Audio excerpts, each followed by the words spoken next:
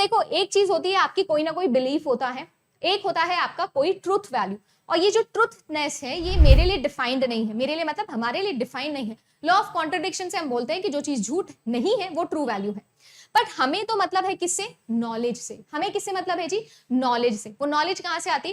कुछ हमारे बिलीव्स होते हैं, कुछ हमारे ट्रूथ होती है जिसको हमने फाइंड किया है, और उन दोनों के बीच की एक चीज होती है जो हमको निकाल के लेके आनी है, दैट इज योर नॉलेज। और वो जो नॉलेज है उसका क्वेस्ट, उसका जो रास्ता है, उसकी जो इंक्वायरी है, वो होके गुजरती है आपके इस मेटाफिजिक्स वर्ल्ड के अंदर। तो आपके मेटाफिजिक्स के अंदर बहुत सारी चीजें हैं, बहुत सारी चीजें। उसमें से जो चीज हम लोग प्रूव कर देते हैं using scientific measures and other common sense related measures, उसको हम बोल देते हैं कि ये हमारे नॉलेज डोमेन का पार्ट बन गया, ये मेरे लिए ट्रुथ हो गया है, बाकी सभी चीजें नहीं है। जैसे कि अभी तक हम थर्ड डायमेंशन नहीं ढूंढ पाए, तो वो मेरे लिए ट्रू नहीं है।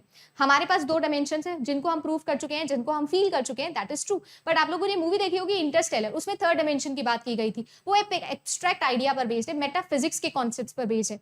जिस दिन हम थर्ड डायमेंशन को प्रूव कर लेंगे, रिसर्च कंप्लीट कर देंगे अपनी, तब हम लोग क्या बोलेंगे? तब हम लोग बोलेंगे कि हमारे पास थर्ड डायमेंशन भी आ गया है। पर ये सारी कहानी करते करते करते हमको ये तो समझना पड़ेगा ना कि ये जो सारी चीजें आप बता रहे हो, इसका एग्जिस्टेंस कहां से है। तो कोई भी चीज जो आपको बताती है कि कोई भी चीज का एग्जिस्टेंस क्या है, वो कहलाती है उसकी ऑन्टोलॉजी।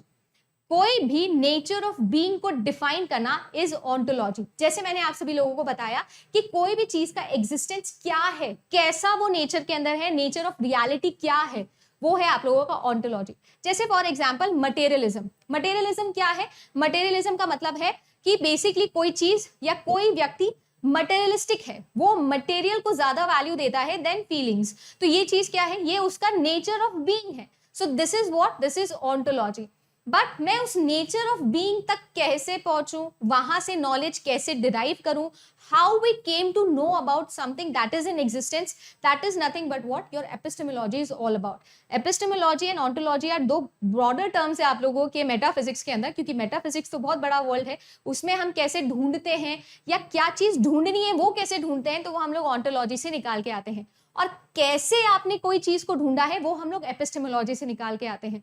तो जो आपका कंप्लीट रिसर्च का डोमेन है, तो जो कि आपका नॉलेज डिराइविंग डोमेन है, वो एपिस्टेमोलॉजी और वो आप लोगों की ऑन्टोलॉजी से मिलके निकलता है। सो बेसिकली ये क्या है? ये कंसर्न है कि आपके पास में नॉलेज गेन करने के क्या क्या तरीके हैं, व्हाट इज द मीन या means to get to a particular path. किस पाथ को फॉलो करके आप नॉलेज तक पहुंच सकते हो। कौन सी नॉलेज को? ऑन्टोलॉजी वाली नॉलेज को। नेचर ऑफ रियलिटी को कैसे समझ सकते हो आप लोग, ये आप लोगों का निकल के आता है ऑन्टोलॉजी वाले फील्ड से।